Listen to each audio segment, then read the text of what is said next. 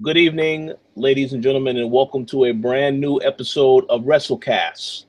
I'm your host, Richard Billy Jr., and tonight I'm joined by Mr. Adam Vale. How's it going, Adam?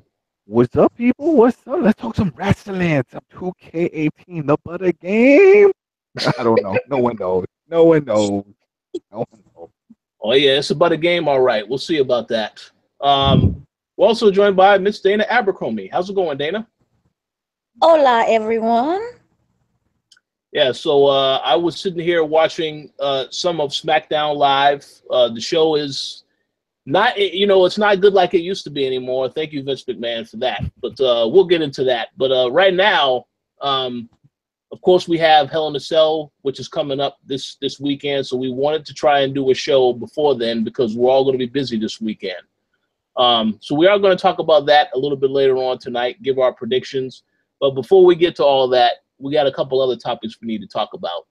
So right off the bat, the last show we did, we spoke about our predictions for WWE No Mercy 2017, the Raw pay-per-view. I wanted to get you guys' reactions, what if there was anything that you liked or disliked about that show.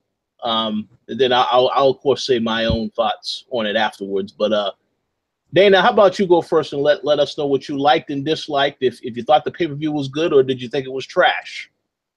I thought it was trashily good. Trashily good. It's the best we can get right now when it comes to WWE programming. But I was kind of a fan. I thought some of the matches, it wasn't boring for me. I liked the Brock Lesnar Braun Strowman match up until the end. But I think that they did a pretty good job keeping everyone entertained. I just didn't like that one F5 and then that was completely over with. I did feel that up until that, it was a very compelling match. I felt that it was even paced. I felt that both sides, Braun and Brock, got enough, battle scars and brutality going for them that it was engaging. Other than that, at the very end, it just kind of fell apart. It felt like, like the match was taking too long, and so they just had to quickly wrap up. And so, that one F5, and then that was it. So I felt like I was very shortchanged at the end. But I kind of liked the match. So sue me for that. One of the other, I liked the what was it? Alexa Bliss, Sasha Banks, Bayley, Nia Jax. I thought it was okay. I would have loved to see more happen, but that's what we're gonna get. So I think that was probably the least of the matches. Of course, it's gonna be Cesaro and oh gosh, who did they face? I forgot. Oh dear. I forgot who Cesaro and Sheamus faced. Ambrose and Rollins. Of course, that was with the teeth, right? That was the teeth. I don't know why I forgot that because he lost his teeth. So that was a really great match. Painful to watch, especially getting his entire teeth knocked out. But other than that, it was really good, and it was really like a match that I thought that Cesaro and Sheamus should have won, minus the whole teeth incident. I liked it. I thought that the John Cena and Roman Reigns match, I thought it was decent. I hated the ending. Obviously, Roman is the next or the new John Cena, and John Cena, gave his little retirement speech. So it was entertaining, but I still have hatred for Roman Reigns, which is weird because years ago everyone was cheering him on like crazy. Enzo Amore, I was entertained by that whole stealing of the belt.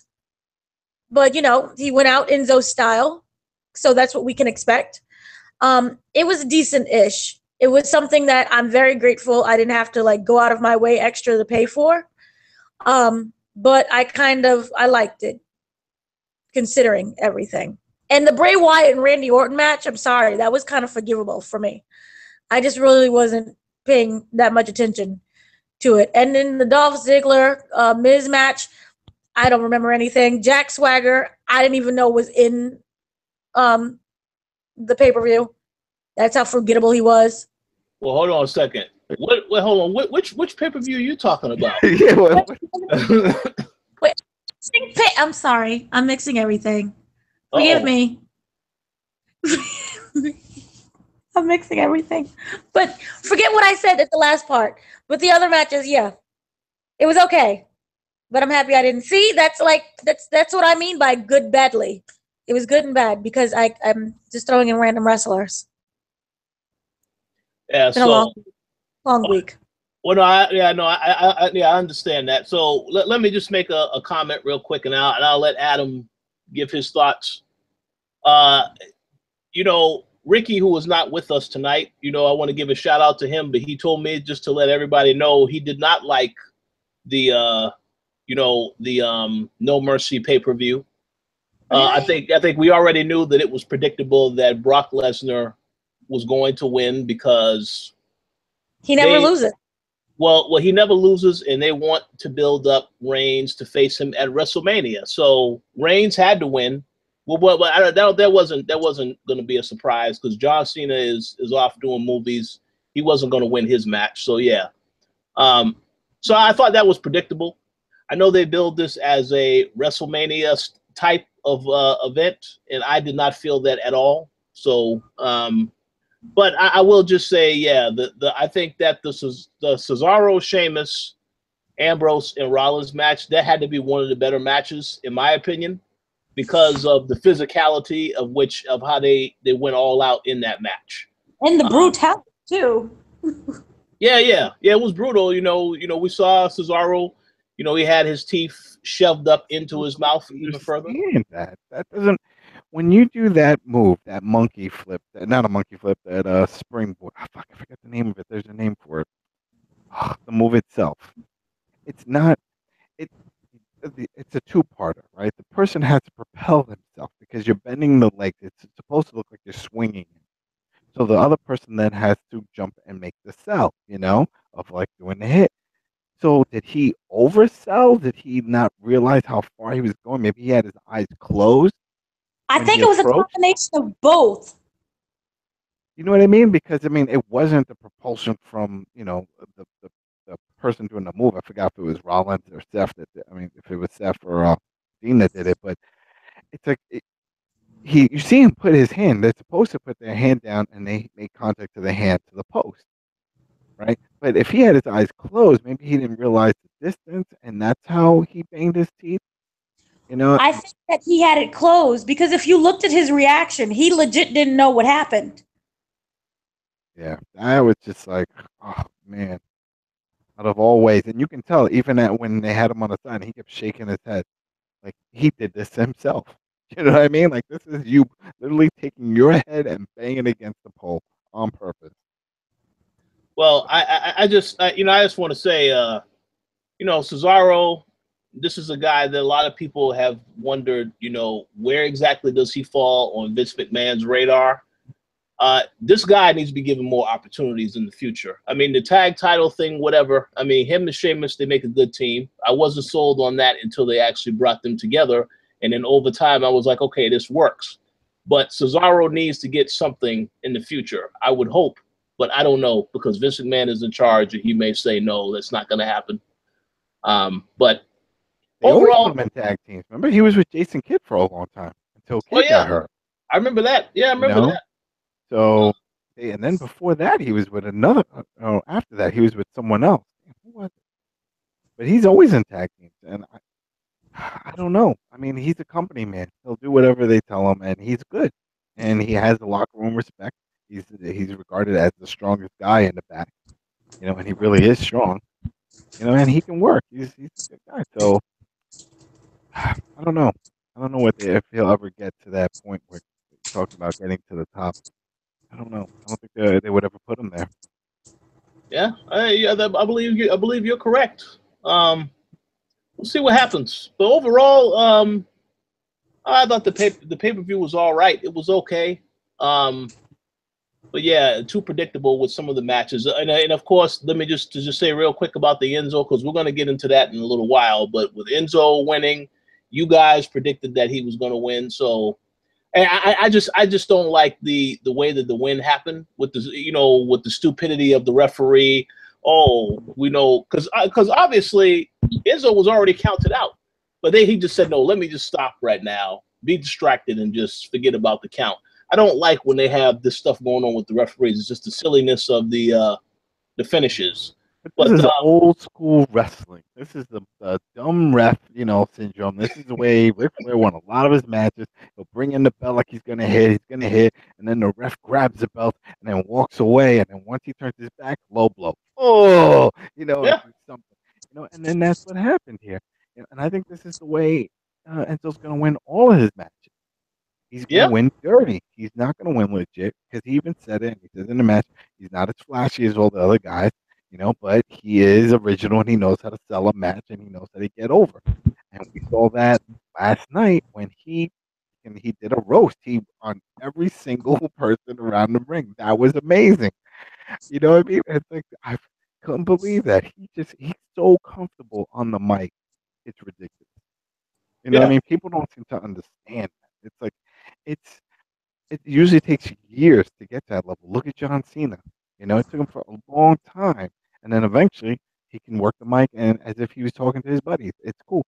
It takes a long time, and sometimes people get nervous. You're in front of 14,000, sometimes larger crowds, and here is the guy who hasn't been in the business that long, and it's like boom, like a fish in water. He goes out there, he's talking, he's selling, and he's giving some long ass promos, and no one's booing. They're listening. He's got the crowd, and that's amazing. And like he said, it's like some of it was a shoot. He's like, yo, we're closing the max. 205 is pretty much main eventing Raw right now, and it's true. It did. It closed with them, and that was amazing. Definitely was amazing, but it's upsetting because that's not what we expected from 205. We expected when they picked up all these lightweight guys, and we're going to see all the crazy high flies and stuff, which what we saw in the cruiserweight tournament, and that's great. We keep seeing that, but the entertainment part of it, like when it comes to sports entertainment part, is lacking. The stories and all that stuff. No one's getting engaged. People respect it for the athleticism, but they're not following because there's no content stories. You throw Enzo in there, people want to hear him talk. People want to hear what he has to say. He's entertaining. He gets that little extra oomph. So that's why I think it made sense that he gets the time. I mean, Neville doesn't need it. Neville's over. Everyone respects him. Heel or babyface, the fans respect him. They know he can do the Red Arrow and he's an amazing competitor. But they need to go in a more sports entertainment direction because the ratings weren't there. If the ratings were there for 205, I don't think we would have seen it. that's But true. they're not. So they're That's like, you true. know what? We're gonna put a guy. Yeah, he's not as talented as all of you dudes, but he can work a mic. Something that pretty much besides Neville and sometimes Brian Kendrick, nobody else can do. So they just throw him in there, and you see it's kind of upsetting in a way because then it puts all of 205, all the whole entire roster, baby faces and heels, all on the same level. It's as if they just lowered them all down together. Because nobody else was standing out. You know what I mean? No one was coming forward. Well, you don't talk to me. It was just like they're all in a group. You get the heels Well, and the baby faces working together. Oh, forget about we just jumped Joe Schmo in the back or 2 episodes back into a no. Now we're all friends. Now we all hate this guy. I didn't like so, it. well, But so I do have something else to say on that, but before we jump into that, because that is going to be part of some of the Raw discussion. What did you think of the No Mercy pay-per-view? oh well, So yeah, I went off on it, but it's only because of Enzo, because of Enzo's match. When you brought that up, I knew that was going to be it. But to me, that was like the most entertaining part because I knew he was going to win dirty, just didn't know how he was going to win dirty. So I was like, okay, let's find that out. The Cena match, I hated the fact that Cena, to quote CM Punk when he went and he did his whole little podcasting, that he was told to make Roman look strong, make him look strong. And think about it, every time Cena took a hit, he over wobbled, he fell down, he got up dazed. Remember, I mean, it was like one hit, and he got up dazed, and he was already grabbing at his pants, trying to walk. I'm like, what the hell is this? Is this a joke? You can't take one hit without freaking making it look like you just got power bombed on the table. It looked so bad, and that's the way the whole match went. And then to go and do the attitude adjustment twice, and to go do all the other stuff, and then from the top ropes, and still you don't win. You can't get the pin. I'm like, again, they're making Roman look like this unstoppable force. I just don't get that. So then I feel like, well, what do you expect? Of course, Roman's going to win. Cena's leaving. They could have still won a different route. Cena still could have won, stood up, said, hey, don't worry. One day you'll get to my level. Stick his hand out for him to shake it. Roman gives him the snarky look and then just punches him in the face and just whoops his ass full heel right there. There you go. Because then people were like, oh, wow, he went legit heel. He just beat up on John Cena, and now he sent him to Hollywood by kicking his ass. That's what I thought. But nope, they didn't do that. They went and they pulled the whole like Undertaker type of thing, just stand there, look at the crowd again. Oh man, there's a little kid crying. Was he a prop? Who knows? But little kid crying, Cena comes out, gives him the bracelet, says a little something like the way Rey Mysterio would say it, and then walked up, gave another look, gave a salute. I never served in the military, whatever. I respect it. He still likes it. Gave the salute, and then just bounced. And it's like, okay, well, you'll be back. You're taking some time off to go do Hollywood stuff. But I mean, this is pro wrestling. No one ever leaves pro wrestling. Nobody ever. If Batista right now finds out that he has no more movie jobs, he's coming back. You know what I mean? Nobody leaves pro wrestling. CM Punk. No, he'll be back. Ooh, He will no. be back. Yeah, he's not going to be back in WWE for a while, but he'll be back in wrestling. Oh, I see him going to Japan. I see him doing all kinds of things after he loses his next match. He is going to do all kinds of things because he's young and he knows where the money is. It's not So it's always about all this. I'm telling you, how many times have we seen? Damn, somebody would have told me years ago that Ultimate Warrior was going to go back to WWE. He was going to get a statue. He was going to become something special again. His wife was going to get a special. I would have been like, you're smoking the crack rock. That is not happening. They made a whole DVD set talking about how bad of a wrestler he is. Remember? The Destruction of the Warrior, whatever that one was called? It was 2 hours of every WWE event, including Triple H bashing him, how no one wanted to work with him. I don't. It all comes down to everything. It happened. Someone would have told me Sting was going to show up, and do what he did in WWE. Yeah, he didn't win one single match, but that was due to having an early injury. But he showed up, and I'm like, damn. At that point in his career, I would have never guessed that. I thought it was it. Never going to happen. AJ Styles. Someone tell me he's going to sign him. Vince is going to eventually sign this little guy and make him a top face in the company. Bullshit. He would have did it already. Nope. There it is. So we've seen a lot of things that we didn't expect happen. So CM Punk, whatever, CM Punk, and just like with Triple H used to say, what's best for business. Him coming back, even if it's for a one-off because he's broke and needs some money, WWE will be like, see you at Mania. We got you, because that makes money. Nobody leaves wrestling. Nobody. Not even in a body bag. Don't worry, you'll be forever on a WWE network. We'll make a bunch of DVD sets and specials after you're gone. Your family will constantly get royalties. We'll put you in the video game. You're covered. You're in it for life. Absolutely. Yeah. Well, we'll see. We'll see what happens. So, oh yeah, damn. See, I went through all that stuff, but real quick on the other ones. Then that was it. The Braun Strowman, Brock just hitting him 1 at 5. That was embarrassing. I didn't like that. That was just embarrassing. There's no reason for that. Come on now. If anybody should have taken 2, 3, 4 of those, should have been Braun. I thought, in my mind, I'm like, all right, well, if Brock does win, he's going to do it at 5, but he's going to do it outside of the ring. He's going to have to hit it on the floor and then roll him in. But see, they're gonna have Roman take like 20 F5s. Oh, yeah. Well, that's it. They pointed that out. Yeah. They pointed that out. They were like, oh, Roman's taking 2 or 3. He could take a few more. Mm-hmm. But the ladies' match, everything was fine. It was a decent watch. But some of the things were predictable, and that's what upset me. But that's why it's like when we think of WWE pay-per-views, the only one I look forward to is the NXT one. At this point, that's like the takeovers are the only ones that can go forward. True. But wait, you didn't like John Cena's monologue? I thought it was his best promo. I don't know. It's all of it just doesn't seem right. But it is what it is. We'll have to wait and see. Yeah, we'll have to wait and see. Yeah, it's a very interesting monologue, but yeah, we'll see what happens. So let's move to what transpired on Monday Night Raw last night, because there's a lot of stuff that happened, a lot of different storylines, and I just want to start right off. Since you already spoke about Enzo, I just want to say something very quick about that whole situation.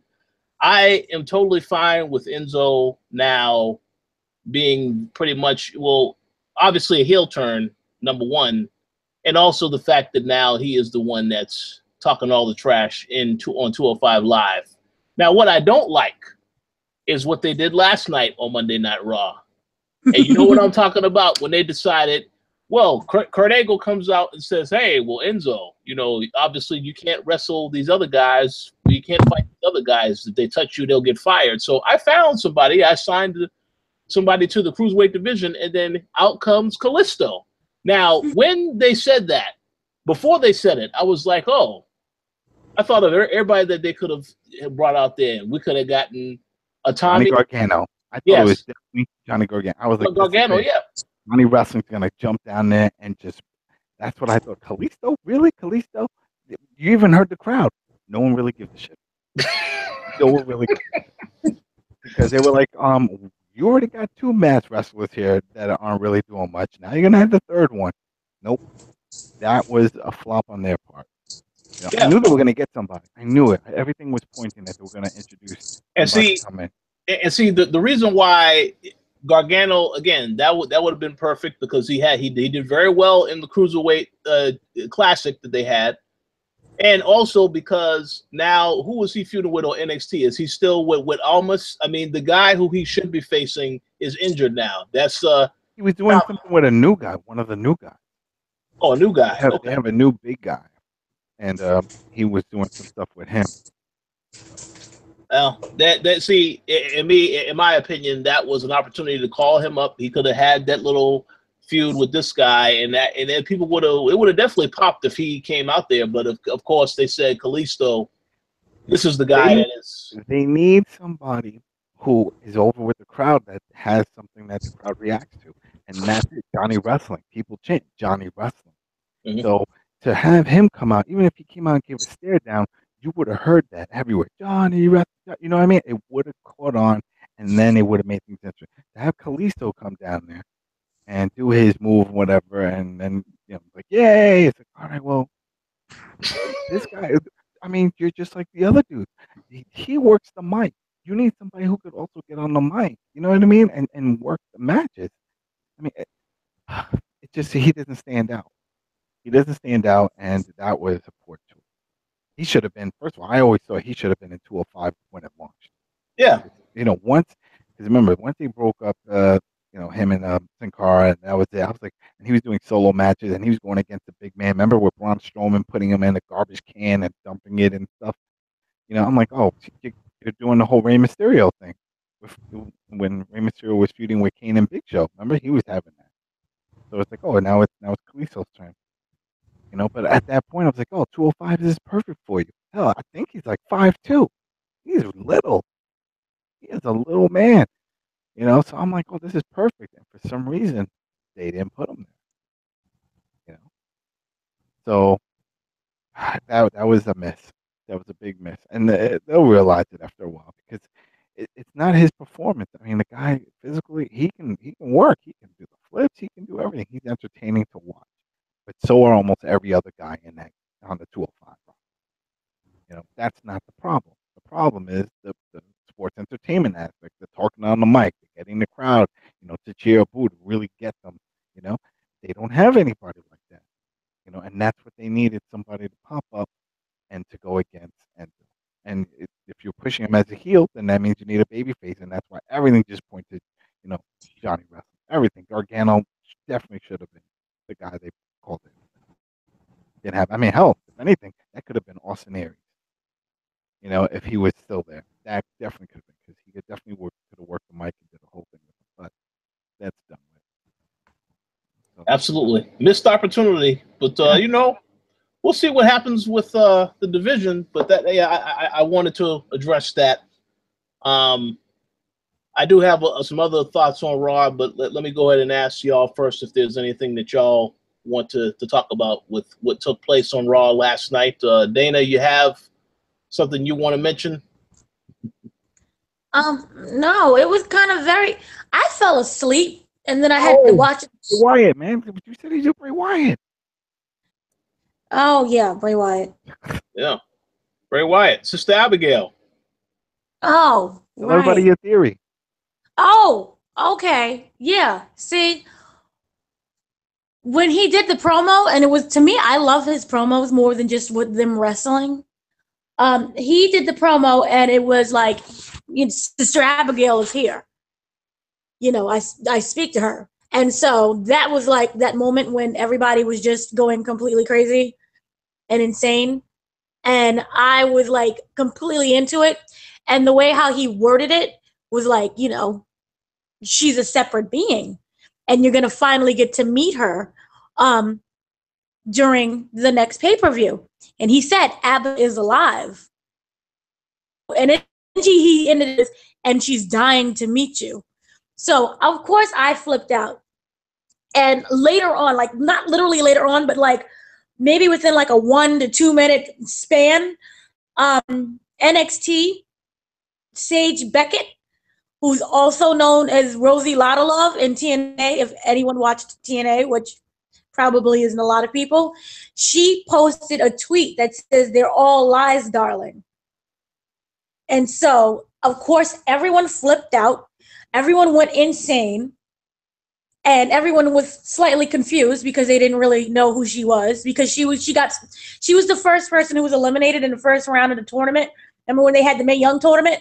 So she was eliminated, but she just signed to the company, and she looks like dark in that mysterious type of maybe possibly voodoo spirit way. So everyone's completely excited.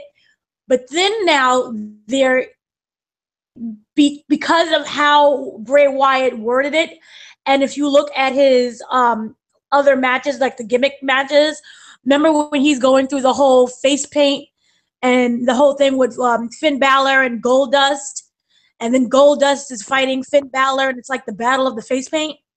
So now it seems that Sister Abigail is a spirit. If you go back to when he faced Randy Orton, I forgot which match it was. I think it was like the second one when he was like really Abigail-ish. Remember there was like a spirit that there was like a smoke illusion that they did in the ring, and it came out and it was like the face of like a woman. So the thing is that Sister Abigail is a spirit. So the new theory is, or what's kind of been teased, like it's kind of confusing, is that Bray Wyatt is Sister Abigail possessed. So that's what we're going to get. A possessed Sister Abigail, which is Bray Wyatt probably in a dress. All right, so let me make a quick comment about this. Yeah, I'm just tired of these guys facing each other at this point. You know, Finn Balor already beat him twice, you know, with the face paint and without the face paint. So... But he's possessed by spirit. Yeah, now Bray Wyatt is, I guess he figures if he has face paint, well, now he has a better chance of winning the match. Matt, I think you're taking away Finn's paint, be possessed by the demon, and then Bray will be possessed by Sister Abigail. Okay, but here's what I think in that case. So at the next pay-per-view, you have these guys face each other, and Bray Wyatt wins. Okay, Finn Balor still wins the feud because he already beat this guy twice. So unless they're going to have more matches, you know, and then of course, then at that point you got to have the final big match, you know, when they're all tied up, and then there's one more match. But I just think at this point, you know, obviously they have bigger plans for Bray Wyatt. I'm going to say bigger plans for Finn Balor. I don't know what their plans are for Bray Wyatt, but they ever since, you know, after Finn Balor won the last match against Bray Wyatt, they already planted the seed that said that he wants to get back his Universal title. So it's obvious that Finn Balor is going to be facing Brock Lesnar at some point. It may be Survivor Series or at some point around that, or Royal Rumble. So obviously this is just feels like this is all just you know, to pass by time, have him go against Bray Wyatt again. But I'm tired of this feud. The Sister Abigail stuff. Well, go ahead. I'm the only person excited about this. I would be excited. I don't know. I feel like this is rushed. If there really is a female wrestler coming in, this is the wrong way to do it because it doesn't really do much. All right, so she comes in, then what? She's supposed to fight Finn Balor? They don't do no, not happening. I don't even want to go there because it's definitely not happening. This isn't Lucha Underground. They're not going to have that. So what's the point of Sister Abigail appearing? She can't have a match. Is it just a diversion? Is she going to be a manager? That doesn't make sense. So I guess in a way it does make sense if you go the other route of what you were saying, that it's a spirit and he comes dressed in drag or something. Then that makes sense. It's crazy. Well, but here's the thing, though. Finn goes as the demon, so then Wyatt would go as Sister Abigail, which technically would reset the whole feud. And Finn aren't wrestling; it's the demon versus Sister Abigail. I don't know. I see what you're saying. I mean, yeah, sure, I guess, but man, I'm just tired of seeing these guys go back and forth. Just like when we saw Bray Wyatt and Dean Ambrose have all those matches in the past. And it's like, now I know you got something better for these guys. I really don't know why they still, obviously, you know, Joe is coming back, so I'll be curious to see who they pair Joe with when he returns. He's supposed to be back sometime this month. But yeah, this just feels like this is the stopgap to just wait, you know, just stretch out the time before Balor has to face Brock Lesnar, because I'm telling you, that match is going to happen. You know, they said beforehand when Brock Lesnar, when they had that 5-way to determine who's going to get a title match, they had said all 5 of those competitors will get a shot at some point in time. And we already saw that, you know, Braun Strowman got his title match, didn't win. I know Finn Balor won't win because it's all about Reigns. But obviously he has to go against every one of them individually. So Balor is next. So this feud here, we'll see what happens. I will say that I did see the tweet that Miss Beckett put out last night, and I did want to believe that would have been great to introduce another person into the mix, but it's, you know, I don't know what they're doing with this stuff, so I guess we'll have to see how it pans out. But he turns into a scarecrow. Am I like the only one that's like Party City happy for this? Yeah. Oh well. They have to do something. I mean, it's got to be a better build-up than this. I don't know. It just doesn't seem right. It depends on what they go with it. It got a huge reaction though last night when he transformed into the scarecrow. Yeah.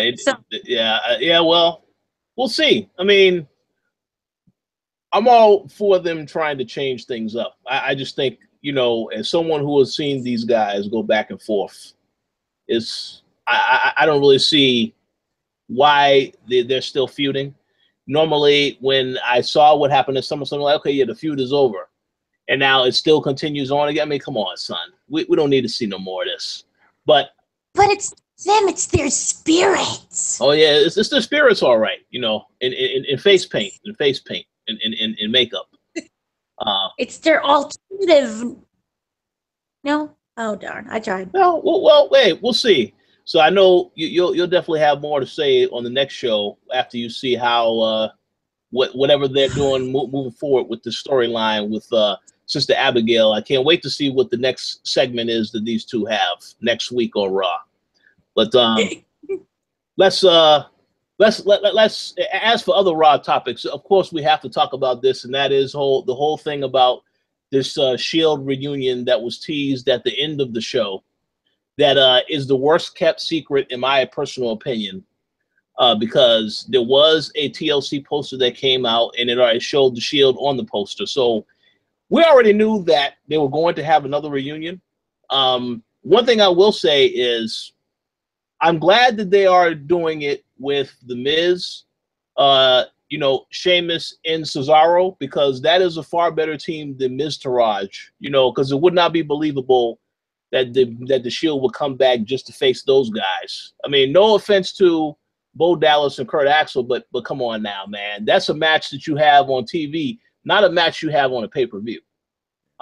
So I'm fine with that. But the only complaint that I would have is I thought it was very random how Cesaro and Sheamus came after Reigns. Now, I know that there was an interview that he had beforehand, and he just says he tried to talk positive about the situation of what happened with Dean and Seth. That's fine. I didn't think that would lead to them interfering in the match last night and then now getting involved in this whole thing. So that's probably needs some improvement. But overall, are you guys happy to see the Shield come back? I can care less. I was never a big Shield fan. That wasn't a thing for me. Because it reminded me too much of like the whole NWO. Remember, they were always interfering in matches. And now I'm talking about the Shield. Remember, they were coming through the crowd. They would interfere in a match. Dean would get on a mic in the back and give some creepy promo and the whole thing. And they just kept doing it. So it got to the point I didn't care, and it didn't do anything for me. But I guess like there's a different audience, there's a younger generation that loves them, and they went nuts when they saw Dean and Seth go into the locker room with him. And I was just like, all right, whatever. I was just waiting for them to do the fist thing, and they didn't do it. They just popped up, looked at him, and then walked away. And I wonder if they do the match, if it's going to be the same way. Like they're there, but then they're not there. Like it's never really going to be spoken. It's like, we know you need us. You're not going to say you need us, but we'll be there. And then they're going to do the match, and then they're going to move on from there. And that's it. It's a one-off. That's the way I see it. That's a good theory. I think it's just them, this whole thing where they want to build up the anticipation to the actual fist bump, the way that they had this whole thing going on between Ambrose and Rollins, where you kept waiting. Well, 1 week, one of them wants to do the fist bump, and then the next week, the other one doesn't. That type of situation. But that is a good theory you have on. I mean, when is Hell on the Cell? This is not until, I think, later this month. So they got like what, 2 more weeks? Well, we're not Hell in a Cell. I think TLC is the next one. Is it? Yeah, October. So many damn shows, man. TLC is the 22nd. That's the one with Asuka. Yeah, that's what Asuka's debut. So October. Is that when they have the match? Yeah.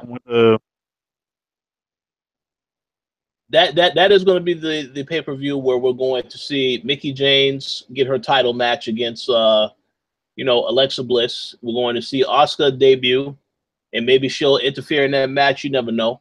And of course, we're going to see the Shield, even though they haven't really announced anything. It's obvious when you have them on the poster. Oh yeah, they're going to be a part of this whole thing. So as for whether or not Brock Lesnar will show up, we already know that's probably not going to happen.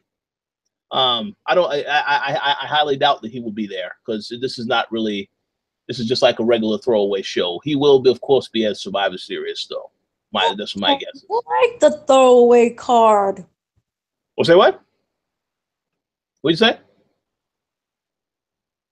Sorry, I was on mute. I like the throwaway card. Oh, well, we don't really know all the matches yet, but Asuka debut is going to be great, but everything else, we'll see what happens. I'm actually terrified of her debut. Hey, well, we already know. It was only a matter of time before she had to get called up, so we have to accept that that there is going to be some negatives to that whole situation, but we'll have to see what their plan is. Only thing I've heard is that when she does get called up, They want her to have the same gimmick where she just runs over every person that she goes up against. So I'm fine with that. That means you get the belt off of Alexa Bliss, get it on her if you make that decision. I see them her like they do Shinsuke. WWE does not know what to do with Asians. I hope they don't do that. I hope they don't do that, because Triple H, he has a point that he should be very frustrated at that point if that's how they treat this whole situation. But going to Raw, I have no faith in this at all. Well, hey, I don't think many people do, because I want to see her on SmackDown, but we'll see. But so I know so I know you're behind the Shield reunion thing. You endorse it 100%, correct? Well, see, the thing with me is this. I endorse the Shield reunion if they have continuity and they screw over Seth for what he did originally. Well, I do know of another person that, obviously he cannot join us on tonight's show, but he told me that he's only on board with this particular Shield thing if Ambrose is the one that screws over both of them. Because if you notice, Ambrose has not yet turned on either one of them. He needs a storyline that's good, and I think that him being a heel is going to be great. Roman nobody really cares. I think everyone's just excited for the fact that Roman, when he was in the Shield, his suckiness was hidden behind with Seth and Dean. So it kind of makes him less sucky. So that's like the only thing he'll be watchable for. So Seth already was a heel. Dean is the one that really needs this push out of most of it. So him going healed and going off on both of them, it's perfect for me.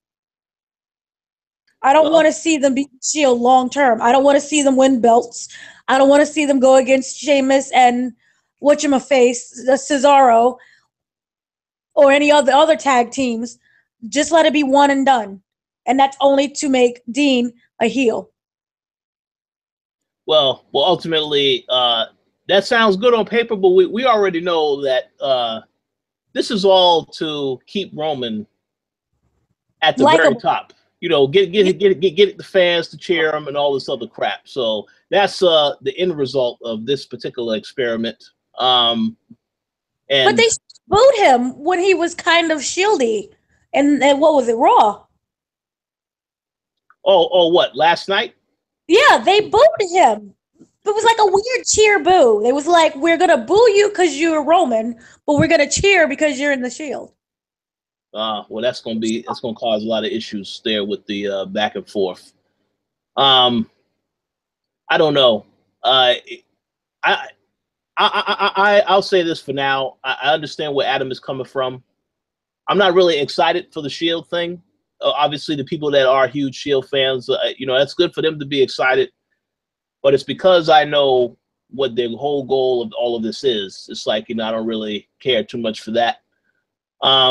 Ambrose and Rollins are great, but everyone knows that when all is said and done, WrestleMania next year, Reigns will be the one that will be walking out with the Universal title. These guys probably won't even have them tag title belts anymore by then, and be looking for other matches to have on the card, unless they have a match against each other, because Ambrose turned on Rollins, which would still be a good match, but we'll see what happens. So, to be determined on all of this stuff. But I don't know if you guys had anything else you wanted to mention about on Raw. I think those were pretty much the main things that happened, though, that were worth discussing. Yeah.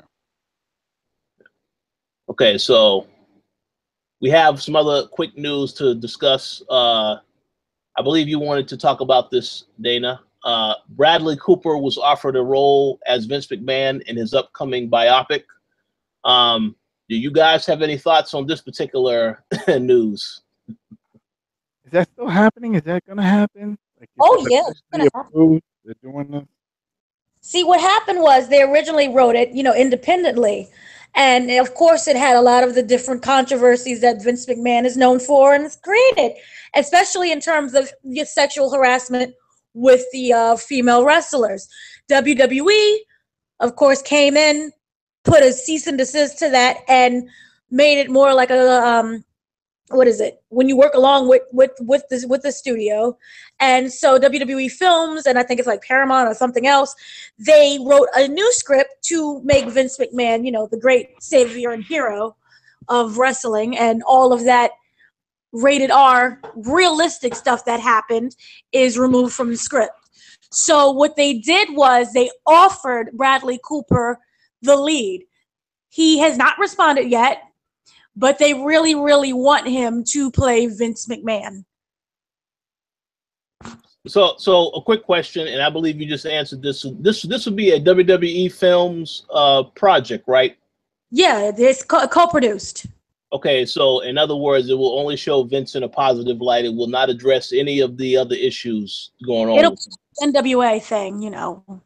Okay, so Straight Compton movie, you know, everyone was great. No one beat journalists. Okay, so that's a thumbs down already for me, because I wanted to see some controversial stuff. No.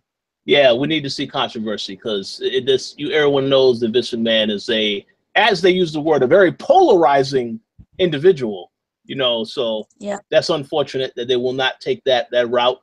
I think the decision to have Bradley Cooper, that is an interesting decision to have him cast in that. I don't know what movie they saw to convince them he would be perfect. I guess The Hangover, because perhaps the writers watched that when they decided to write the scripts for these shows. No, but do not knock the Cooper. Cooper is very talented. He's very great in drama. I just don't exactly see him in the big old wrestling role, but he's a phenomenal dramatic actor. Oh no, he is a good actor. I'm just saying I don't know what movies it was that they saw to come to this conclusion, because the person has to be dramatic, but they also have to be somewhat funny, you know, doing some off the wall stuff. So my assumption is they also saw The Hangover, because in that movie he's pretty funny. But hey, it is what it is. Like I said, because I know WWE is involved in that, they're going to have Vince just appear to be all positive. Now I don't care about the movie at all, because there's no way that you can tell this story and then there's not something about the character that is a little off also. So I probably won't see that. But I hope Bradley Cooper does, you know, if he decides that this is a role he wants to take, hey, I wish him well with that. Adam, you have any thoughts? Or I want to see just the fact that we know that it's not him. I mean, that it's not going to be a genuine story. We're not going to really hear the whole thing. It's one-sided. You know what I mean? It's not going to tell us what we really want to know. It's going to tell us what they want us to know. So now I have no interest. Now, if I knew it was like one of those unauthorized documentaries, it's like, oh, this could be interesting. You know, and this could be from multiple accounts of people, in fact, not just one person. You know, but I don't think there's ever been a book written about, you know, Vince McMahon. If there's ever been that much interest. So I don't know. And is this going in theaters, straight to DVD, or straight to WWE Network? Good question. No, this film is going to straight to theaters. They're banking, WWE Studios is banking on this movie to save the company, because they're kind of on the borderline of bankruptcy. Save the company? Well, save the WWE Studios. That it's a whole separate. Yeah, I'm about to say. Yeah. Okay. Yeah, because it's not doing great in the money making side of things. So they're hoping that it can save films. Well, you know what would save that studio? All they need to do is have Kane come back and do another See No Evil movie, and I'm sure that will do it phenomenally well in the box office. I don't know. Well, we'll see what happens with that. I'll be curious to see where that story goes. But the fact that, again, as you both have said, the fact that the story is not going to be talking about any of the other stuff, any of the real dark stuff, it makes me a little less interested, because we already know that controversy sells. Yeah, because I mean, if they really go into it, I want to hear everything. I want to hear the situation with him and Hogan and the steroids. Yeah. I want to hear with all the dirt that was happening around. Feel like, oh, well, you want to hear the gossip and dirt. It's not gossip if it's fact, and we know there was some shady shit that went down. A lot of people that left that company left because of him. There was things that was going on backstage that's not just about the boys arguing and bickering. There was some other shit. I mean, it still amazes me that some people got away with what they did and came back. Mick Foley was the first. He said he flipped on him in his company plane, but he's still there. He came back, you know what I mean? So I mean, it all depends. But I want to hear those type of stories. I want to see his rise, to the top. Well, I'm sure we'll probably see some of the good side of that, but we won't see the cutthroat side when he was stealing talent. Like when he was stealing like Hogan and Andre from the other promotions, territories, and taking them in. That's what I want to see. Are they going to go into all of that? Because if they do, it's going to make him look almost like a villain. That's true. Well. I think he will take the approach of Roman Reigns. I'm not a good guy. I'm not a bad guy. I am the guy. So, in other words, the viewer, when they see it, they don't know whether to cheer for him or to dislike him. So, I guess that's I don't know what their approach is, but obviously, we'll hear more about it, and we'll definitely talk about it in the future as more information actually comes out. But interesting casting. Let's move on to the game that Dana cannot wait to purchase. Day one, she's going to go pick up that John Cena Nuff Said edition for $150 because she's balling like that. We're talking about WWE 2K18. Now, obviously, there has been news as of yesterday. We finally found out some information about the Road to Glory mode and the Universe mode. So, Dana, if you had anything in particular that you wanted to let us know that is supposed to be different about this game based on the information that we received?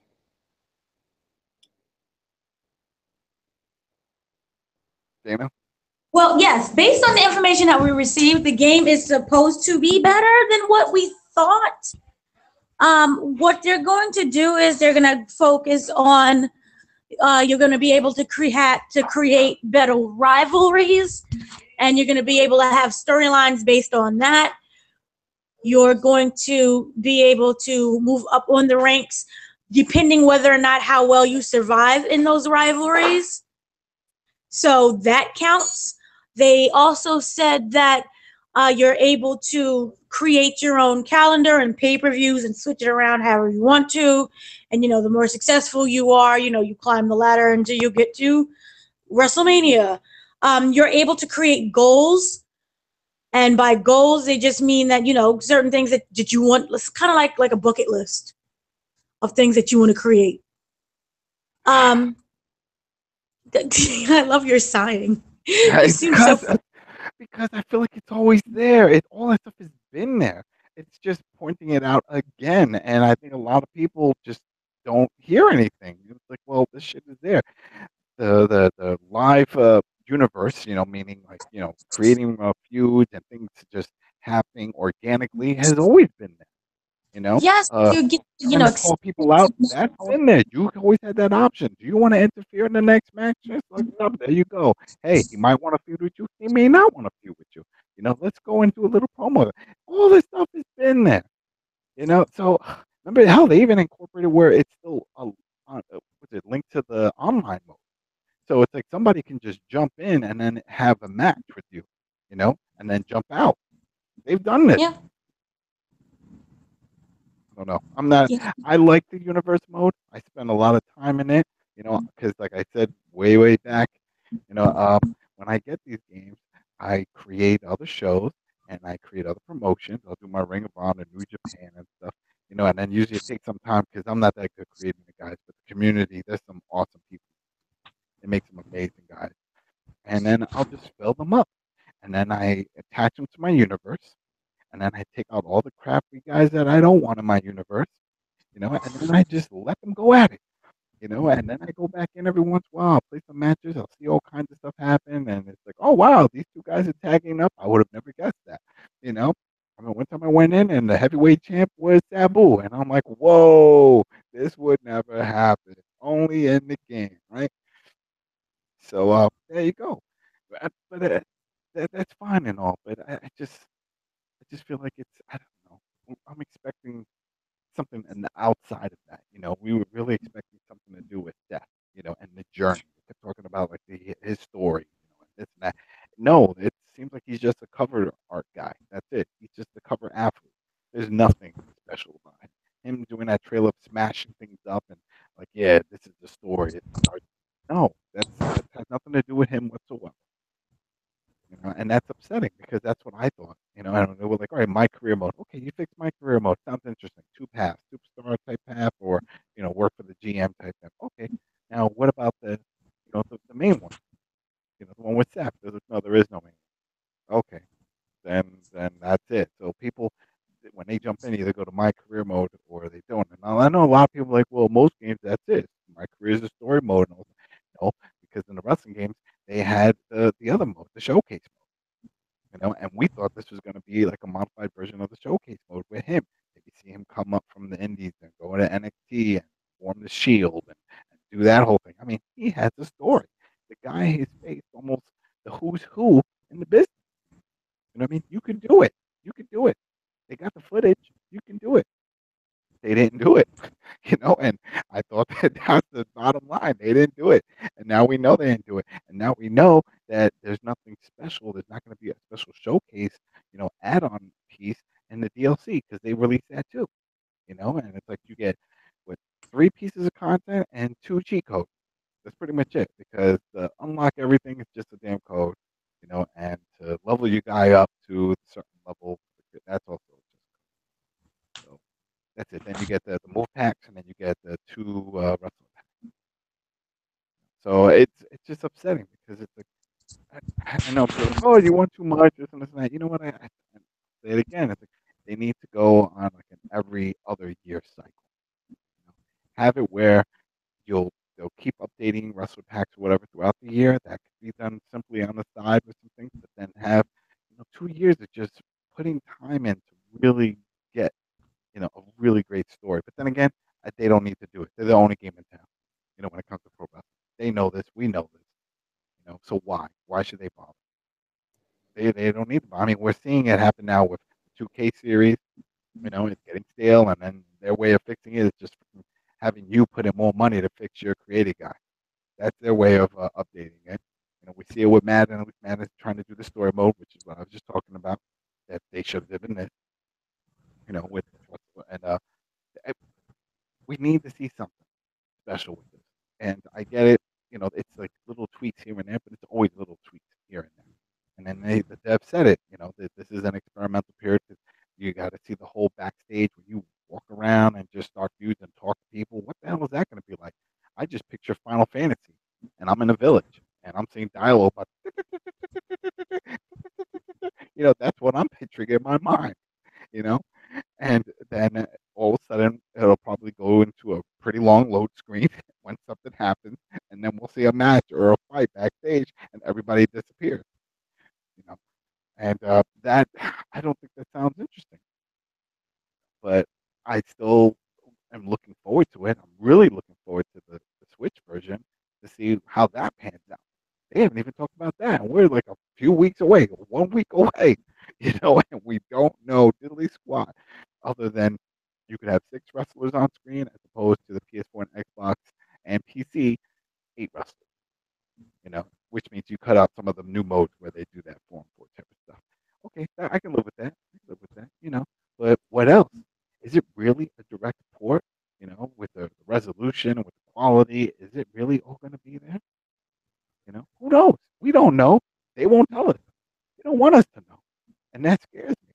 I don't like that feeling of like they don't even talk about it. Even when the weird droopy eyed dev guy comes out and starts wandering his head around, oh man, it's so good. I'm so hyped.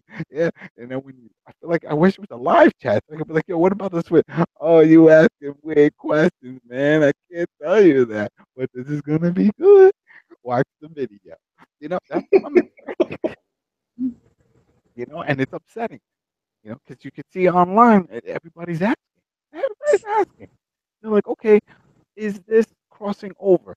Just say it. Just say everything you see here you're going to see on all the other platforms. We know we're going to see it on PC. They already announced that now PC is no longer going to have that weird delay of months that they usually have. It's going to be released at the same time. But they don't really talk about that either.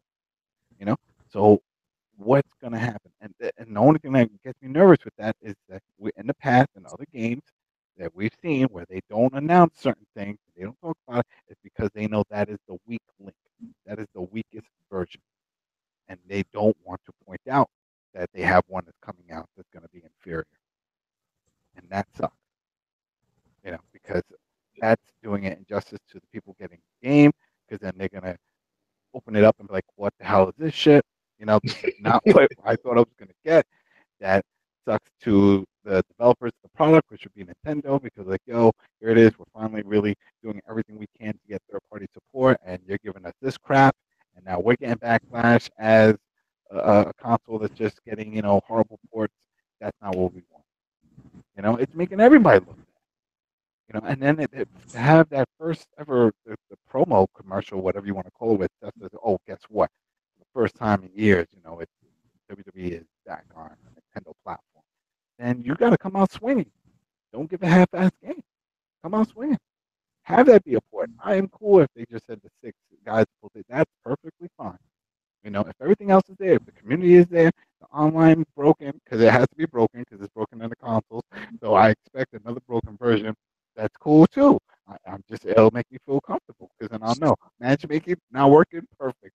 I'm back home. I know where this stands. Universe mode, that's fun. I like that. That'll be cool. It would be a freaking dream if it could actually link up to the console version. That would be awesome.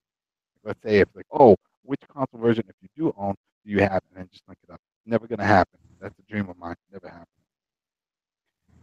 And then we'll see what this GMO and all the other stuff. But then again, and I talked about this also, and I'm sure a lot of you people know who's like, well, no one plays it. You're right. No one plays any of this shit we're talking about right now. And how do I know this? Because when I go on the PSN, and right now, if anybody wants to go do it now. Go on PSN, and then go take a look at the trophy list. Okay, and then you'll see for the career mode stuff, almost all of them are like rare, ultra rare. It's like no one freaking plays these damn modes. People just go in there and they do TLC matches. They hit everybody with chairs and tables, and they do tag matches and cage matches, and that's it. They don't bother with all the other stuff. They don't care. And I think the developers see that and say, why should we really care? It's a small group of people that actually play the entire game. The whole content. I remember when the showcase went, which is awesome. Everybody loved that. I took them up. I said, yeah, showcase, awesome, awesome, awesome. And then when I look, and it was like the third match was ultra rare, and it was like almost a year out. I'm like, what the hell? Nobody even played the what's going on here? This is Steve Austin. Just people don't give a shit. People are like, oh wow, that's the thing in here. That's great. It makes me feel fuzzy inside. And that reminds me of the Call of Duty syndrome. And I call it that because people bitch about, oh, I want all this content, I want all this content. Like, okay, well now you got this big campaign with all these big name actors and stuff, and nobody plays it. Everybody goes in multiplayer. When you beat the second chapter, and that's an ultra rare trophy, there's a problem. Because that means that nobody is playing a campaign. And I think that's what we're seeing in the wrestling, and that's probably why, at least in my mind, why the devs aren't really putting too much into that and not thinking about bringing showcase mode back, because they're like, yo, nobody's playing. So we could bitch about it because we're into it and we want to actually go through all the damn, tabs on it and say, oh, let's try this mode, let's try this mode.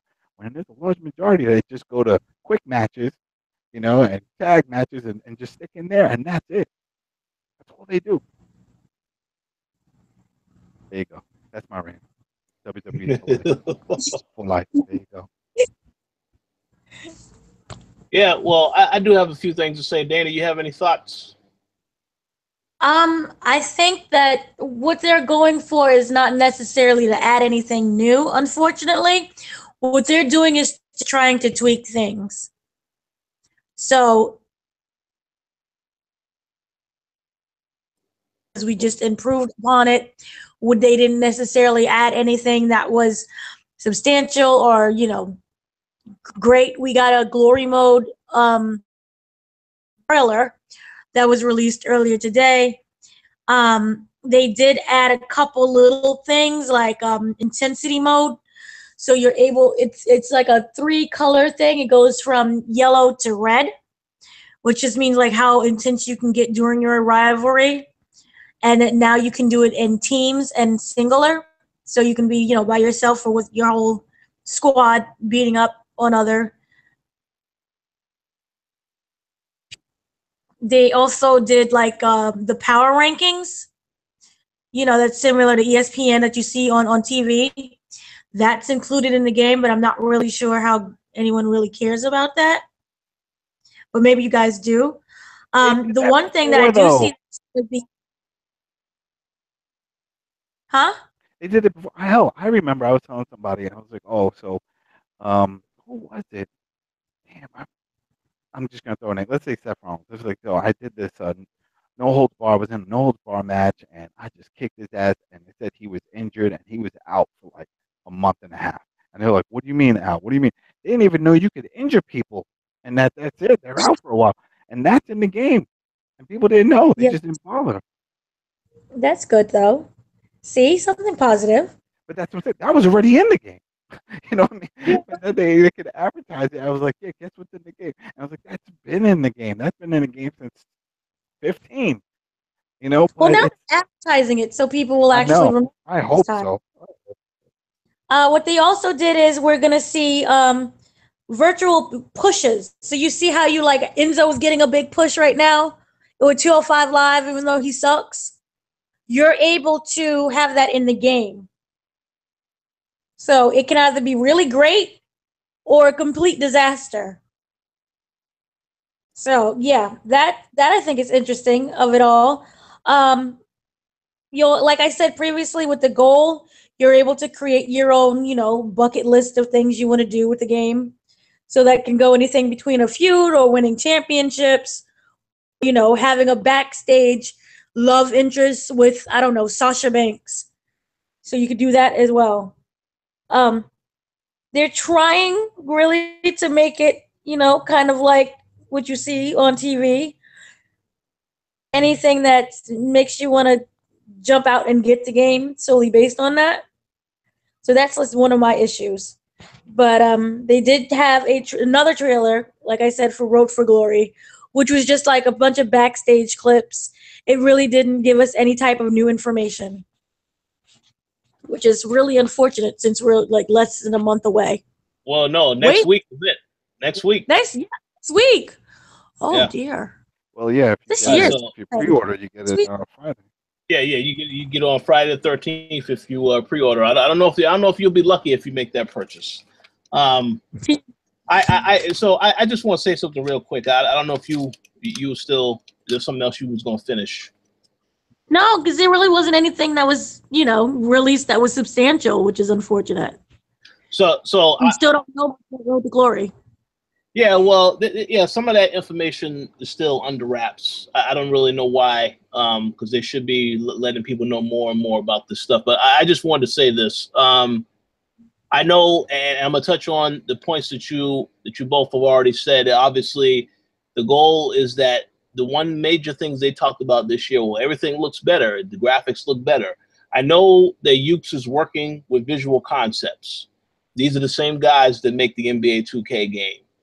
And I did read in that article also yesterday that the goal is to line up the timelines with the actual matches that happen on the pay-per-view. So when this game comes out, I think the next pay-per-view by that time is going to be the TLC one on October 22nd. So some of those matches you will be able to actually play and simulate in the actual game on that same day, similar to how you can simulate stuff with the NBA 2K game. The issue that I have, though, is now what if you get to a situation where, well, that wrestler is not in the game because we didn't decide to add them to the roster? But like if you want to like if you want to do like the NXT takeover and then you see Adam Cole, well, he's not in the game. So then at that point, that makes it completely useless. Yeah. Or no, they won't do this. But damn, they could do this. It depends on how slick they are. If they say, "Oh, would you like to create this wrestler or go into the community and see if someone created it? Then you click on that option, and it takes you to the community, fills in the supposed name, or you still have to type the name, but it'll bring up the community, and then you can search because you know somebody did it, and then you can incorporate. Or I think it could say, well, this person is not in the game, but would you like to add one of your created superstars? And then you can go select your guy, or maybe there's an option to go to the community. I'm sure they're going to go and find some tricky way to do it, but the tools are there. The community is there. The ability to add creative guys on pay-per-view events, that's all there. So just point us in that direction. I mean, they could go the even easier route, which I know they won't do it. There's no way they would do it, is do it itself. Oh, we found the best highly ranked created version of him in the community, and we smacked them in there for you. Hey, that's a good idea. That's a very good idea. Maybe they'll take that information into consideration. They won't. Thanks. But yeah. I mean, I'm still we've already had this discussion. I'm still going to play the game. Obviously, I'll probably talk a lot more about it because by next Friday I will get the game. So I'll have more to say actually having hands-on time with it. But there's still a lot of questions that I have about the game, about what exactly has been changed. I do agree that they need more time. There shouldn't be a release every single year because they can benefit from some more time. Now, if you look at the NBA 2K games, they make that work because they always have the constant updates with the roster stuff. So there should be other things that they can do with this series, but for now, it is what it is. We'll see how it turns out, obviously. And like I said, I will have something positive to say on the next show if it actually is a positive experience. But I'm going to keep my expectations in check so that if I am disappointed, I won't be surprised. There's more. What's that? The My Player mode. Yeah. So what they added now is that you're able to have certain fighting styles, which will determine your strengths and attributes. So the styles they have is high flying, showboat, striker, technician, brawler, strong style, powerhouse, and giant. You're able to upgrade your skills and moves over time so that you're able to, boost your attributes like striking or grappling and power. You'll also earn loot crates throughout the game, which allow you to unlock superstar parts and new moves. So you're going to be very limited when you first start out. That's what it sounds like. You'd be very limited. So what you have to do is you have to start winning a lot of matches in the My Career mode or the Road to Glory mode in order to access all of that goodies. Then they also have a Tonight's Night, which changes the type of match and arena every day, which goes back to it kind of being like the basketball games. Mm-hmm. Yeah. Interesting. I'll add this very quickly. You like you mentioned the fact that you have to win matches to earn the loot box. Well, how are you going to win a match if the wrestler sucks? If he has a horrible rating and he loses every match, then I would imagine that may make things more difficult for players. But I mean, like I said, I don't really know. I don't really know for sure. I mean, we have to get hands-on time with the game to see whether or not it's actually good. What I will say is I did see the gameplay videos that they released today, and the game looks good. Looks like the Finn Balor entrance has been improved, which is good. The ladder match looks, it looks a lot better. The models look a lot better than they looked last year. But we'll see once we actually get hands-on time whether or not it's an enjoyable experience. But as I said, I'll definitely have some things to say about the game next time we record a show, for certain. We'll see. Yeah. I mean, I think it's going to be all right when it comes to just what it can do. Because that's the thing. It's not that bad. It's not a bad wrestling game. It's that we just want all the other things surrounding it to be a little better. We could just Absolutely. Absolutely. All right, so if there's no other thoughts on WWE 2K18, we can now get to the Hell in a Cell 2017 predictions. And this will be quick anyway because there ain't really too many matches that I think are going to really get a long discussion coming from. So there's going to be 7 matches. You know, not really sure at this moment if there is going to be a pre-show match and what that match will be. But let's go ahead and let's start with some of the lesser matches that no one really cares about. We have Randy Orton going up against Rusev. So who you guys pick to win that match? Rusev. They have to do something with Rusev. Randy, there's no point. There's no point to keep having him win and stuff and do all that. It's Rusev that needs it. I agree. I also say Rusev. How about you, Dana? Oh, you still there, Dana? Yeah, it just dropped. I'm sorry. Oh, no problem. What's the last thing you guys heard? Oh, no. I was just saying now we're on to the predictions for Hell in a Cell. Okay. Randy Orton versus Rusev. Who was your pick for that match? Oh, gosh. I think Rusev. Yeah, I would like to see Rusev because he needs that push a little bit more. We've forgotten about Rusev, and they haven't really handled his return any good. And, you know, Randy is great, but Randy's been there for like 18,000 years. And Randy has already have that push that he can't be pushed anymore again. I don't think so. So I'm for Rusev. Yeah, I also said Rusev because they had that Bulgarian celebration last week on SmackDown. You know, I thought that was a sign that they want to try and do more with him, but who knows? But yeah, Rusev needs it, so that's who I will be rooting for. Now, the next match we have, this is going to be very easy.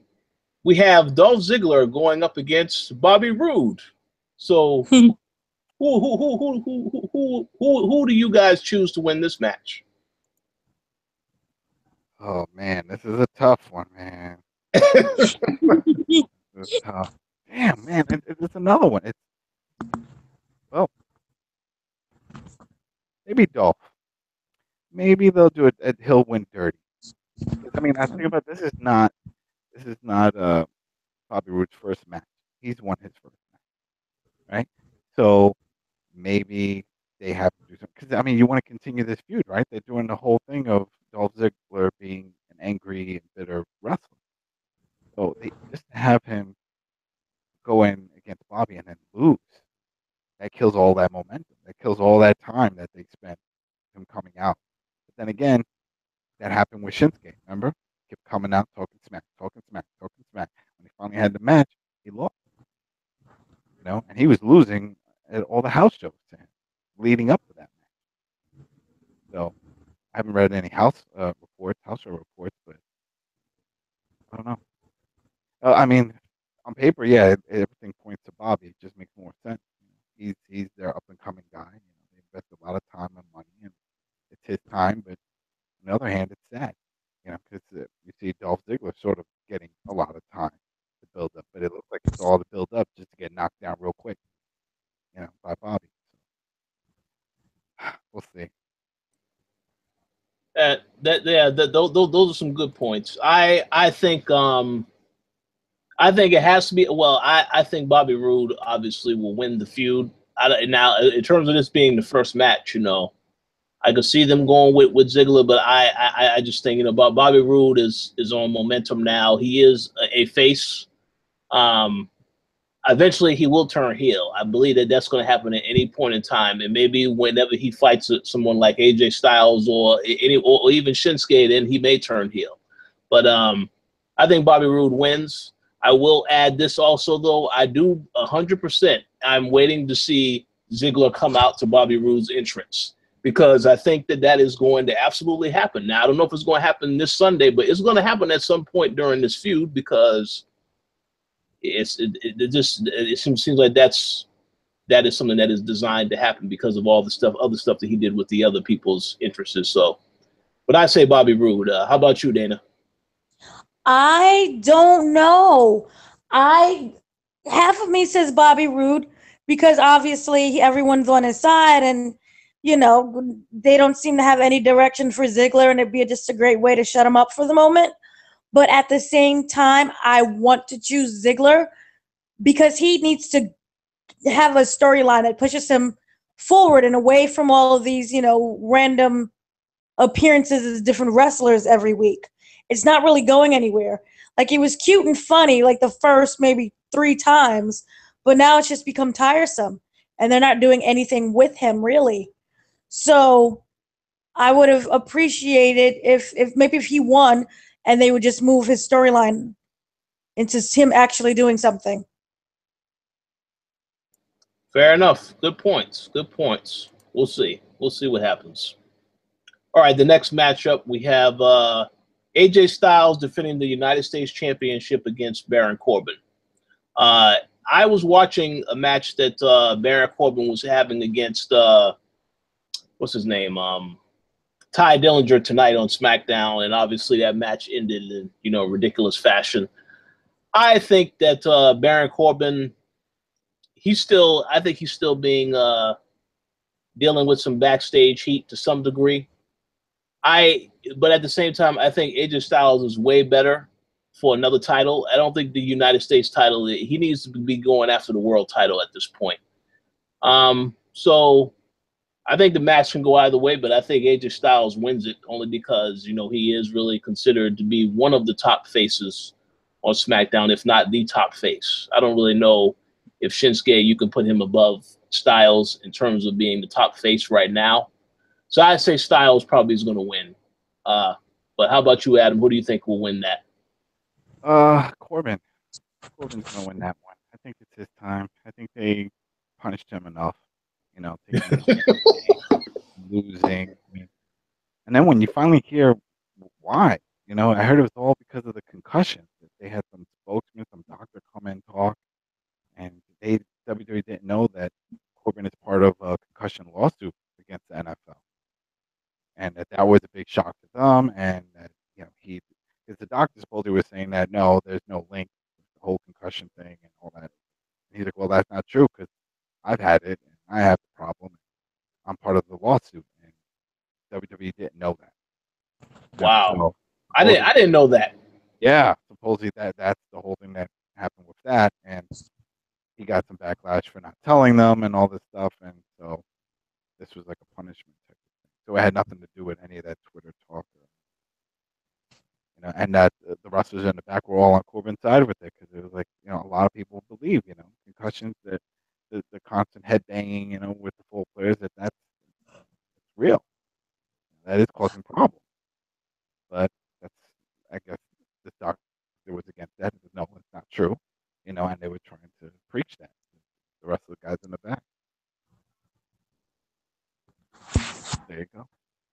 That's interesting. I didn't know that. We'll see. Dana, who was your pick? Gosh, I'm so uninterested. I'm gonna have to go with Corbin, just because WWE can't stay mad forever, and I see them kind of, relaxing up a little bit. So he needs to win, and I think that they're gonna give him the win. He's not being punished as much. So yeah. Yeah, I mean, I think it will be good to actually give him something else to do. And again, like I said already, AJ Styles, he deserves more than that United States title. I don't really think that's a title he doesn't really, he has been going after the bigger titles at this point, I personally think, but we'll see. Okay, next up we have Natalya defending the SmackDown Women's Championship against Charlotte Flair. This is an easy pick for me. I say Charlotte's going to win. How about you, Adam? Yeah, Charlotte's going to win. Dana? Charlotte. Then she'll go on and wrestle and probably Ronda or somebody else. Yeah. Obviously, I think, after all the stuff that happened with Ric Flair, this would be a feel-good thing to happen for her, even though she's better as a heel, but it is what it is. Yeah, but Natalya, glad that she won, had her time to be champion, but it's time to move on from there. So next up, we have Oh, this is a big match. Dana's favorite team, the New Day, going up against the Usos in a Hell in a Cell match for the SmackDown Tag Championship. Okay, let me say this right now. I'm tired of seeing New Days and Usos. Now, they always put on hell of matches every time we've seen them fight. The matches have been entertaining, but you can't tell me these are the only two teams the SmackDown has. I don't know what they're doing with Shelton Benjamin and Chad Gable, if they even still consider them a team. I don't know what their plans are for the Fashion Files guys, Breezango. But I think that at the end of the day, I guess New Day will win. I don't really understand why they took the belts off the Usos in the first place, because Usos, they're doing a good job as heels. But if I had to make a guess, I guess because they just feel like the New Day is money. That's always good for them. Good for, boosting the presence that they have on the show. I guess, I don't know, but I say New Day will probably retain, and then that will be it. This is the final match they'll have. If not, then Usos have a chance. But how about you? Who do you think is gonna win, Dana? Well, I'm like you guys. I'm the only person who seems to be excited for this, solely because both teams are entertaining to me. And right now we need that because sucks and it's very boring. So I am going, I honestly don't know. I do see the New Day winning though. I'm gonna say that hope for it. The New Day is gonna end up winning. Okay. Oh yeah, Adam, you say New Day also. No. No. I think I don't think so, because they're too over. They're over. I mean, remember the whole point of title belts. I mean, it's part of the history of the business. You give the person that you want the spotlight on to get over the title. That's the whole point of the title. It's like, hey, we think he deserves it because he can make money in it. Now we want everyone to know how good he is, so we put the title on him, so you can see. So I think it's the Uso. Uso got the repackage. Uso's been getting more time on the mic to do other things. It's Uso. I agree. It should be Usos, but just to answer a quick question to you. So now, is this how they view Brock Lesnar, and why he has Universal title? Yeah, this is what I'm saying. No. This is why it's gonna be them. Brock is different. Brock is this international star. Brock is that whole thing with the UFC. If he never went to UFC, we wouldn't be having this conversation. We wouldn't see him in this position. But the fact that he went there, kicked ass, became champ, that changes everything. Now it's like it makes him legit. So he is the star. They give him the title to make him look good and for him to be happy. That he's not just one of the guys. He is the guy. As much as Roman wants to say all this stuff, he is not the guy. Until Brock decides he wants to retire, he will always be the man. So even if Roman does win the belt, he's not going to have it for long. Eventually they'll give it back to Brock. Brock will always be that guy. He will be that guy. He'll never be the longest reigning champion, but he will always be within champions the title reach. And until he retires. Interesting. Yeah, interesting. Good points. They pay him a lot more than Roman, that's for sure. Oh yeah, they do. It's a waste of money too. Yep. Well, that's the thing, because they feel he's still a big name. When he gets into that ring, a lot of other news outlets that usually don't carry wrestling and talk wrestling talk about it. They're like, oh yeah, by the way, former UFC champ retained his title at a wrestling event. Even if it's real nonchalant like that, it still gets his name out there. And then maybe those people are like, damn, that Brock Lesnar, he went back to that wrestling, right? Why not? Let me go watch that. What? Wait, what, honey? What? We don't have cable? Oh, well, fuck it. I was going to watch it. I thought that was back on regular TV. Weren't they on there like UPN or something like that? Oh, they moved it to cable too? Get that. Yeah. Well, we'll see. We'll see about Brock. Okay, we have two other big matches. We have first and foremost, Shinsuke Nakamura will be going one-on-one with Jinder Mahal. Yeah, defending the Hey, that's how he yells in his promos now. You know, I looked at that promo they had, and it's like, hey, this is ridiculous. But yeah, Jinder Mahal. Accent. Yeah, well, that's him. That's him. Jinder Mahal with the Singh brothers, of course, defending the WWE Championship. So, Dana, who do you think is going to win this match? Jinder. Yeah. Jinder. I thought about it. I was like, oh, Shinsuke. And then I'm like, no, Jinder. India. Triple H right now is down in India trying to set up deals and matches. Jinder's going to win. That's horrible news to hear that about Triple H. Oh, man. All right, Adam, who do you think is going to win? Shinsuke's going to win because Jinder is going to win it back in his homeland. That'll get a bigger clap right there. That'll get the crowd real hyped up for that. What? He shows up here and he wins because the people give me the power. Hey, listen, it's possible. Here's the thing that I think. You know, I will prefer when Jinder loses that belt. I don't want him to have that belt ever again because he's had it already for a good amount of time. So if they have him win it, you know, win this match, I'm fine with that. But when he loses it, that's it. Because when we get to WrestleMania season, I definitely don't think he'll still be champion by that point because Vince is going to be like, well, I need to have a big money match. How about we have AJ Styles against Shinsuke Nakamura in a title match? To me, that makes sense. But the thing is this. I don't really know if WWE was really, if they really caught a lot of heat from that racist rant, the rant that they had a couple of weeks ago. I don't know how bad that went over with WWE and whether or not they blame Jinder for that. So I think they may be tempted to give it to Shinsuke, but I still also remember when Shinsuke had his match with John Cena.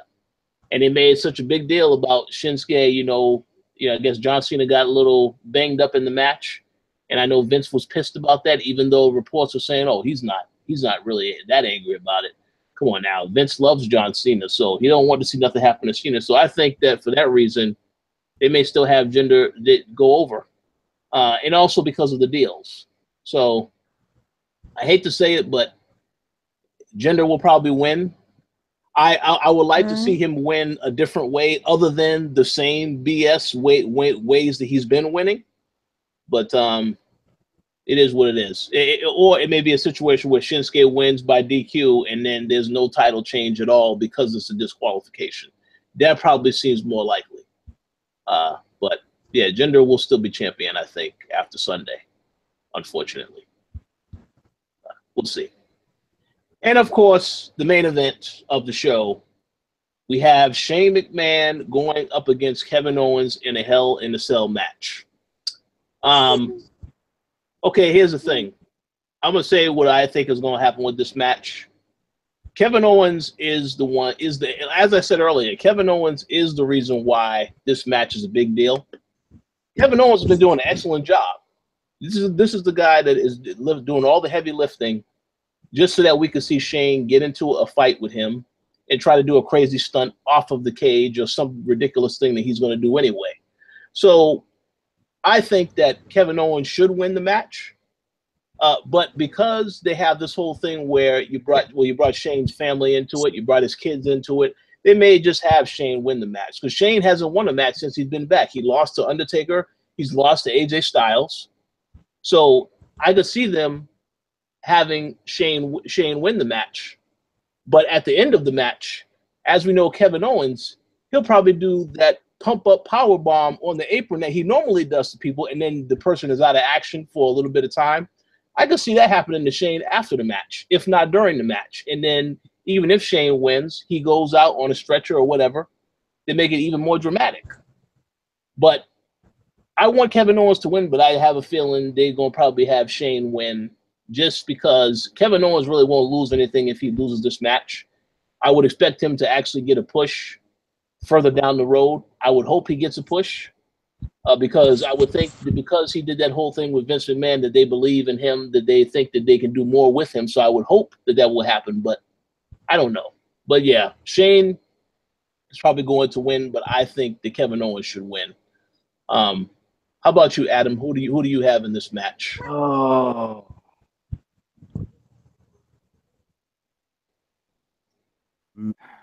Might have to say Shane with this one, only because the last Hell in a Cell Shane lost. Mm. So they might do that, and think that this makes sense because this is like the family honor. But then it depends if the feud is going to continue, and is it going to lead to something else down the road? Maybe this will lead to, I still think Triple H is going to get involved, whether it's with Kevin Owens or if he's with Shane. So maybe this could lead to that. Let's say he beats the crap out of Shane, and while he's doing it, you know, Triple H comes down and tries to stop it or whatever, and then he pushes him, and then poof, there you go. There you got your big match for the next one. Or it's reversed, and he comes in and it's like Triple H comes down like, oh, he's gonna help Shane, because he's getting his ass whooped, and then he turns on him and gives him a pedigree. It's like, yo, I never liked you anyway, and that's it. I can see that. But either way, I don't know. In my mind, Triple H gets involved and he helps Owens or he interferes something. But I think Owens. Yeah, sounds good. Dana, how about you? Not sure if anyone saw the ending tonight to SmackDown. Kevin Owens just basically killed Shane the arena tonight. By that, it was very entertaining, and I still like the match between those two. But I'm gonna go with Shane. Yeah, he needs to win, and he also needs to have like a good injury so he can go and do something else right now. I think right now he's lived his glory days of wrestling.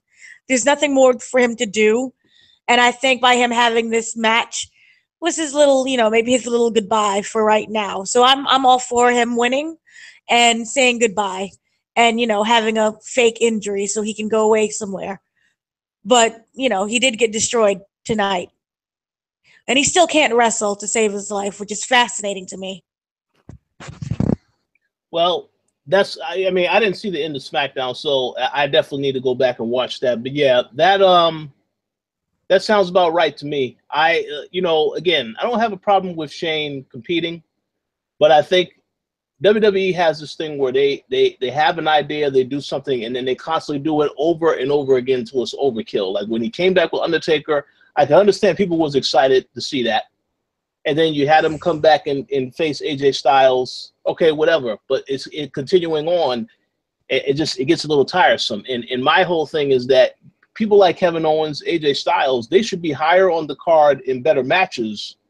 But it's obvious to me that WWE is milking the time they have with these guys until you get to WrestleMania and all the other bigger pay-per-views. Because there's no way AJ Styles, as I said, no way he should be competing for a U.S. title. The U.S. title is of a lower tier than the world title, but they have gender in that position. So obviously it is what it is at the moment, but yeah, we definitely need to see some changes moving forward. And I think that if you want to have Shane win, it really don't matter to me, but he definitely need to take a break. I'm tired of seeing this guy going in there when Kevin Owens could be going up against other people who actually wrestle for a living.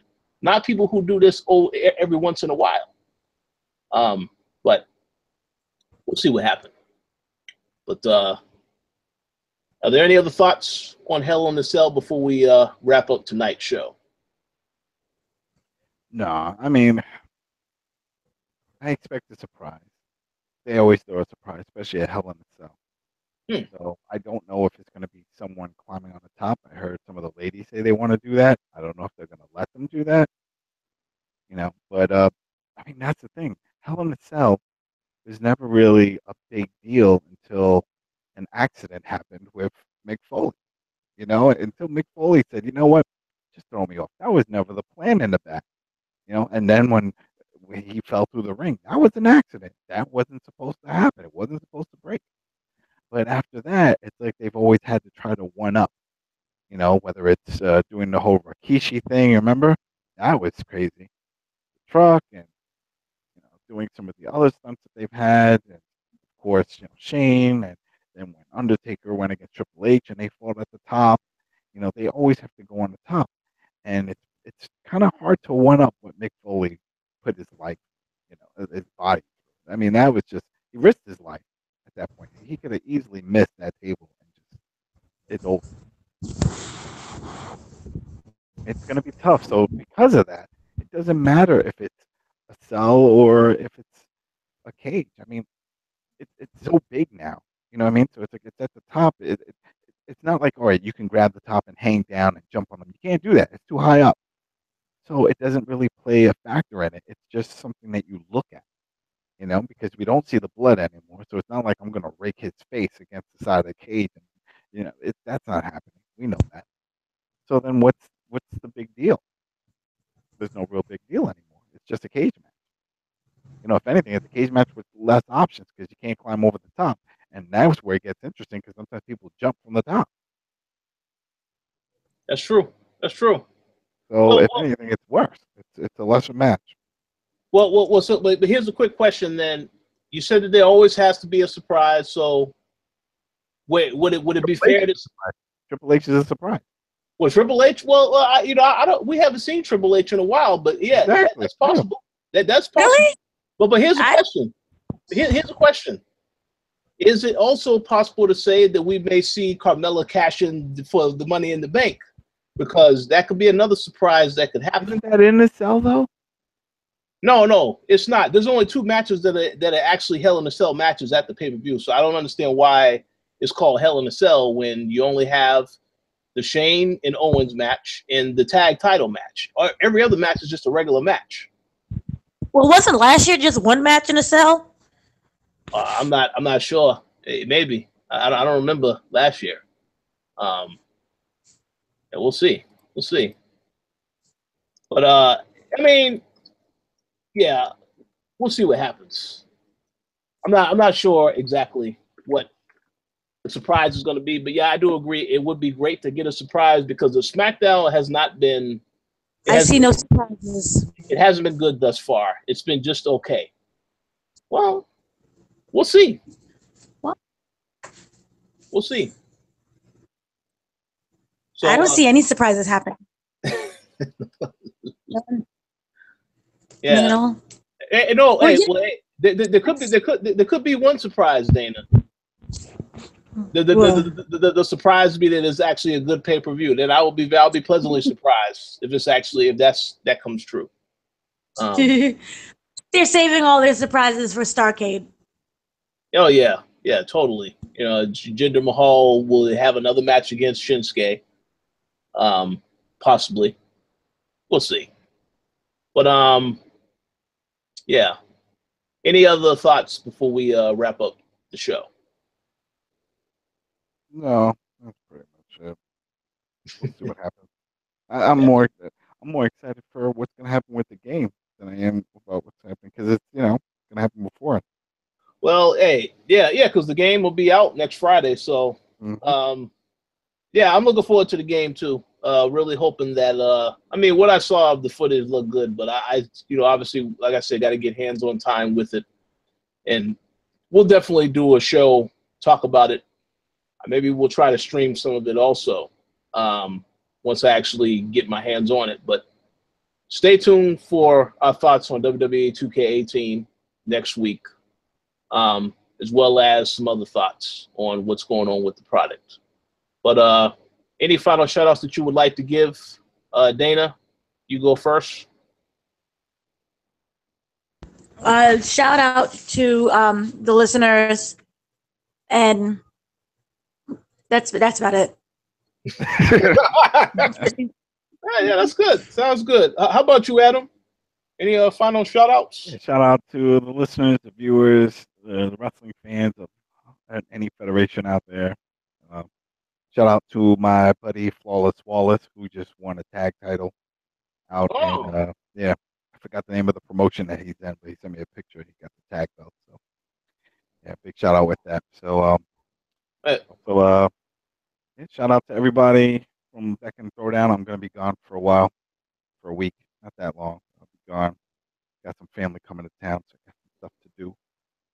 And that's it. This should be good. You know, just keep watching wrestling. Oh, watch that Lucha Underground. Holy shit. Ultima Lucha. They Did you got see barbed that? wire and glass. The match was greatness. You saw that, right? Oh, man. I couldn't Duh. believe it.